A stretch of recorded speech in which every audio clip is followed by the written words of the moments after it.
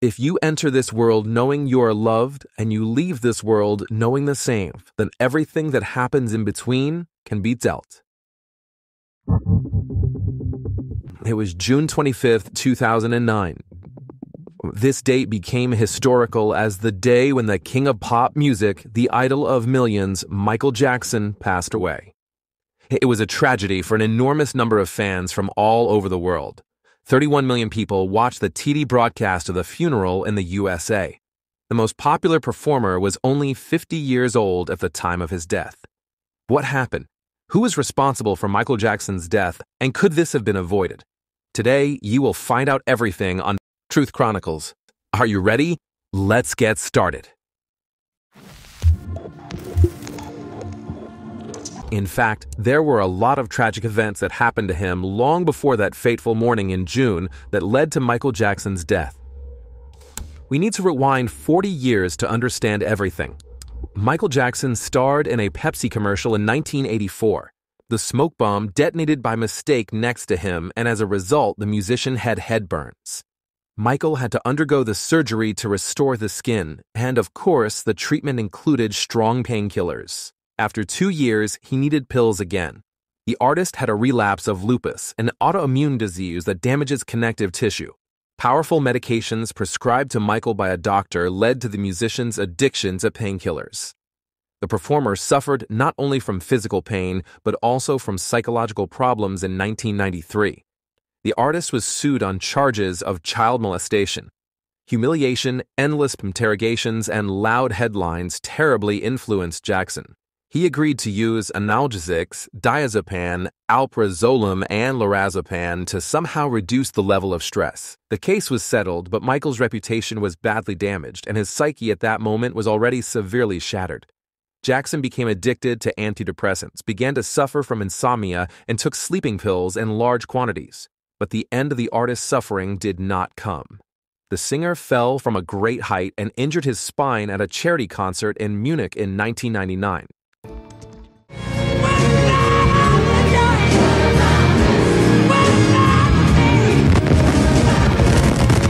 To be fair, Michael finished the interrupted song and then performed another one before going to the hospital. Most of the fans generally thought the fall of the scenery was part of the show.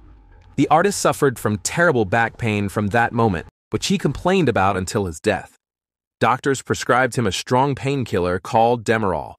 This drug is effective but has many side effects. It was administered with the help of droppers because in this way there is less likelihood of addiction. Michael began to take Demerol tablets after some time because the pain was really unbearable. That went so far that he was forced to be treated in a private clinic for drug addiction. Jackson left the hospital after completing the course in full confidence that he was finished with Demerol once and for all. He broke down after a short period of time. The singer again began to pop a huge amount of pills. There was another accusation of molesting minors in 2003 through 2005. The artist went through stress, camera flashes, reporters under the windows, and court hearings again. There were also more drugs. I'm tired. I'm really, really tired of the manipulation. I'm tired of how the press is manipulating everything that's been happening in this situation. They do not tell the truth. They're liars. It is said that during the 2005 trial, Michael was already taking 40 Vicodin tablets a day. Doctors often wrote out prescriptions for the names of his assistants and a certain Omar Adams, a man invented by Michael whom he called his second self. People who knew Michael Jackson described him in different ways in the last years of his life. Some said that Jackson was happier than ever. Meanwhile, others described a man whose health was deteriorating due to drug addiction.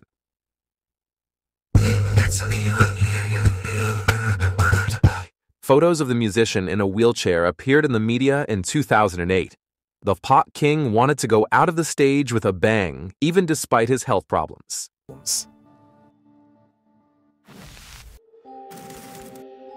Jackson remained a huge person in the musical field in 2009. The years of active musical activity were left behind. His last album sold quite well, though it was back in 2001. It would seem that the old albums brought good money, but it could hardly cover Michael's expenses. Courts, constant trials, and a lot of spending on a luxurious life led him to the moment when there was no money left. Then, Jackson was offered to hold a series of 10 concerts at London's O2 Arena, which would allow him to secure the future of his children. Hysteria broke out on the planet as soon as the news of this spread, since everyone wanted to see the King of Pop's show. The promoters increased the number of concerts to 50. The news delighted everyone except Michael because he had not gone on tour for a long time and was not physically ready for such a marathon. But the artist agreed, on the condition that he could be provided with a personal doctor who would monitor his health. Michael Jackson met the cardiologist Conrad Murray. The date of the first concert was approaching. Michael, who always meticulously approached every detail of his performance, was very nervous. He wanted everything to be perfect.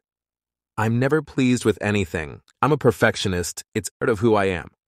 There were more and more rehearsals, and Jackson, experiencing stress and suffering from insomnia, increased the number of painkillers and sleeping pills consumed. The doctor tried to wean him, but the situation constantly worsened. The moral and physical condition of Michael affected and increased his fear of death. There is an opinion that in the last years of his life, Michael Jackson suffered from persecution mania and was sure that somebody wanted to kill him. According to Jackson's bodyguard, who worked with him until the last day, Jackson even thought about going on stage in a bulletproof vest. Michael Jackson took 8 different drugs a day, strong painkillers, antidepressants, and other medications, including those with narcotic effects. Subsequently, an autopsy showed that the singer had been in an extreme stage of exhaustion in the last months. There was not a single hint of food in his stomach, but a decent amount of painkillers was found. According to the nutritionist and registered nurse Sherilyn Lee, who worked with the artist while he was preparing to return to the stage, Jackson's assistant contacted her on June 21st. He stated that Michael wanted to see her immediately. She asked what happened and heard Jackson's voice in the background. He said that one side of his body was hot, the other cold, and he felt very bad. Lee advised the singer to go to the hospital. As the nurse was sure, on the same day, someone gave him some kind of drug that affects the central nervous system. The singer never went to the hospital.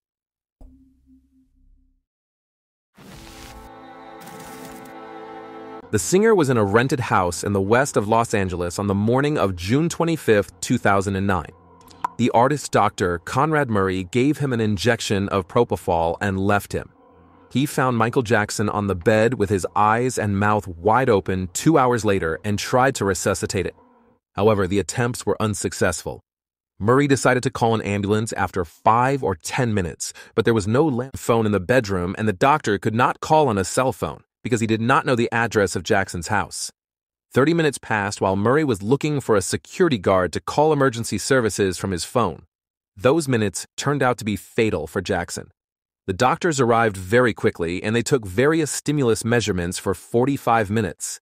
Then, the artist was taken to the hospital. Unfortunately, time was lost and Michael Jackson could not be saved. Michael Jackson died at 2:26 p.m. Western American time.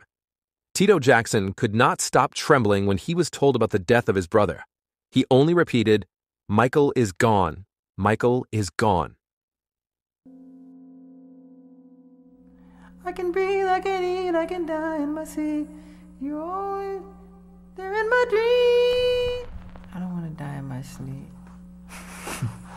But it's a song, right?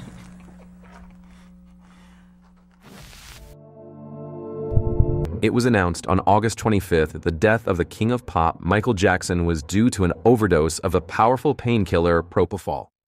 Propofol is usually used only in hospitals under the supervision of a trained anesthesiologist who constantly monitors the patient's heart rate and breathing while he is unconscious during surgery.